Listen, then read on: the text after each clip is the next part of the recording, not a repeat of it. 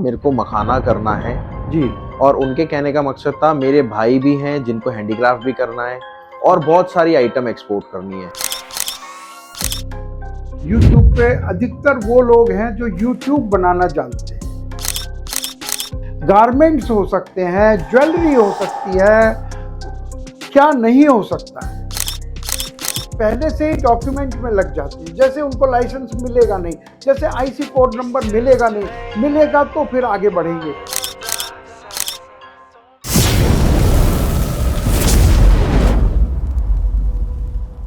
Sir बहुत बहुत नमस्कार। नमस्कार राहुल जी। सर सुभाष यादव जी का एक सवाल था, मेरे को मखाना करना है जी। और उनके कहने का मकसद था मेरे भाई भी हैं जिनको हैंडीक्राफ्ट भी करना है और बहुत सारी आइटम एक्सपोर्ट करनी है। जी जी। पर पूरे YouTube पे मेरे को कोई ऐसी वीडियो नहीं दिखी जो कि एक ही वीडियो में एक्सपोर्ट का पूरा प्रोसेस बताया जाए। सभी अपना कोर्सेज प्रमोट करते हैं। बिल्कुल। तो मेरी आपसे रिक्वेस्ट है, एक ही वीडियो में आप जो एक्सपोर्ट का पूरा प्रोसेस होता है उसके बारे में प्लीज डिटेल में बताएं। राहुल जी देखिए, और हमने देखा ये प्रोग्राम जब आपने मुझे दिखाए, YouTube पे अधिकतर वो लोग हैं जो YouTube बनाना जानते हैं, वो खुद बिजनेस नहीं कर रहे हैं। तो ये एक बहुत बड़ा गैप है। तो हम इस गैप को भरने की कोशिश कर रहे हैं कि जो बिजनेसमैन वो YouTube नहीं बनाते, यूट्यूबर बिजनेसमैन नहीं है। तो हम कोशिश करेंगे। आपने पूछना चाहा मखाने के बारे में, तो चाहे वो मखाना हो या कोई भी प्रोडक्ट हो, एक्सपोर्ट की प्रोसेस सेम की सेम है। मखाना आजकल ट्रेंडिंग में है थोड़ा सा, इस पर एक मिनिस्ट्री भी बना दी है बिहार गवर्नमेंट ने उसको डेवलप करने के लिए, लेकिन सभी का प्रोसेस सेम है। ये शुरू होता है एक्सपोर्ट का प्रोसेस प्रोडक्ट सिलेक्शन से। जैसे आपने एक एग्जांपल के लिए कहा मखाना है जी, लेकिन कोई भी प्रोडक्ट हो सकता है, और भी कुछ भी हैंडीक्राफ्ट हो सकता है। अभी आपने कहा उनके हैंडीक्राफ्ट करते हैं, गारमेंट्स हो सकते हैं, ज्वेलरी हो सकती है, क्या नहीं हो सकता है। तो हर चीज़ का लेकिन एक प्रोसेस है। तो इसमें ये कहेंगे हम कि सबसे ज़रूरी है प्रोडक्ट सिलेक्शन। आपने किसी भी वजह से, चाहे मखाना ही है चाहे कोई एनीथिंग है, आपने अपने मन में बैठा लिया मुझे इसका काम करना है, उसमें भी हम हेल्प करते हैं। ऐसा नहीं आपने सोच लिया, हम उसमें बताएंगे कि क्या कमियां हैं, उसमें क्या खूबियां हैं उस प्रोडक्ट में। तो प्रोडक्ट सिलेक्शन के बाद नेक्स्ट स्टेप होता है कि किस मार्केट में या किस कंट्री में करना अच्छा रहेगा। तो मैं ये कहता हूँ प्रोडक्ट सिलेक्शन अगर आपने सही कर लिया तो समझ लीजिए 50% जंग आपने जीत ली, वॉर जीत ली आपने। और अगर कंट्री भी सही सेलेक्ट कर लिया तो 25% और जीत लिया।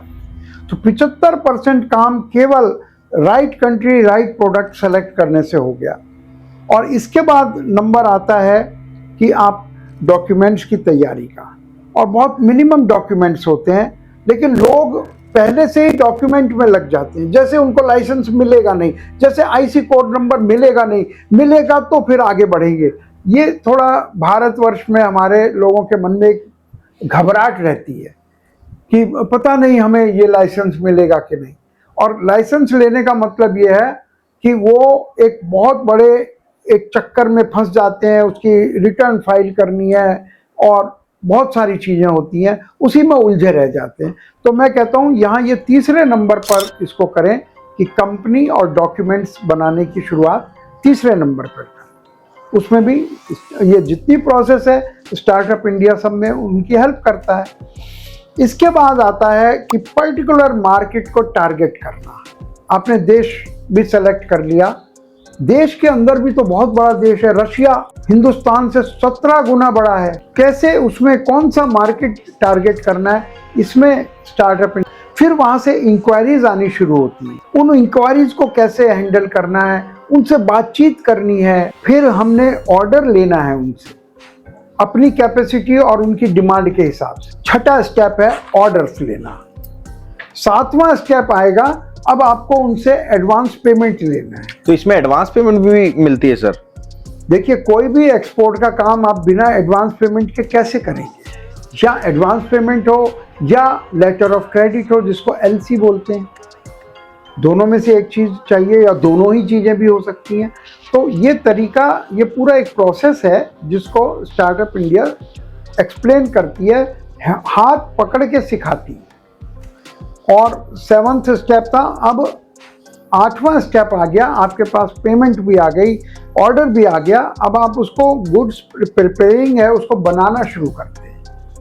चाहे उसमें आपके पास पैसा कम है तो बैंक से भी एलसी के आधार पे आपको मिल जाता है, पैसा मिल जाता है, या प्राइवेट कलेक्ट करें। तो इसका ये फ़ायदा है, जब आपका गुड्स बन गया तो आपको ध्यान रखना है कि पूरा पैसा आने पर ही आप डिस्पैच करें। तो उसको फिर डिस्पैच करना है, उसमें हो सकता है वो उसको इंस्पेक्ट भी करें आकर। तो ये बड़े बहुत ही डेलिकेट मैटर्स हैं। अगर वो इंस्पेक्ट करने आया और उसने माल में कबियां निकाल दी तो आप किसको दिखाओगे? सही बात तो है। ये चीज़ों में सावधानी रखना ही स्टार्टअप इंडिया का काम है, क्योंकि एक्सपोर्ट इंपोर्ट में बहुत से लोग फेल हो जाते हैं एक पूरी जानकारी नहीं होने की वजह से। जबकि उनके पास माल है, उनके पास ग्राहक है, लेकिन वो मिसकम्युनिकेशन की वजह से माल डिस्पैच हो गया, डिस्पैच होने से पहले पूरा पैसा आ गया और ये प्रोसेस, एक्सपोर्ट की प्रोसेस पूरी हो गई।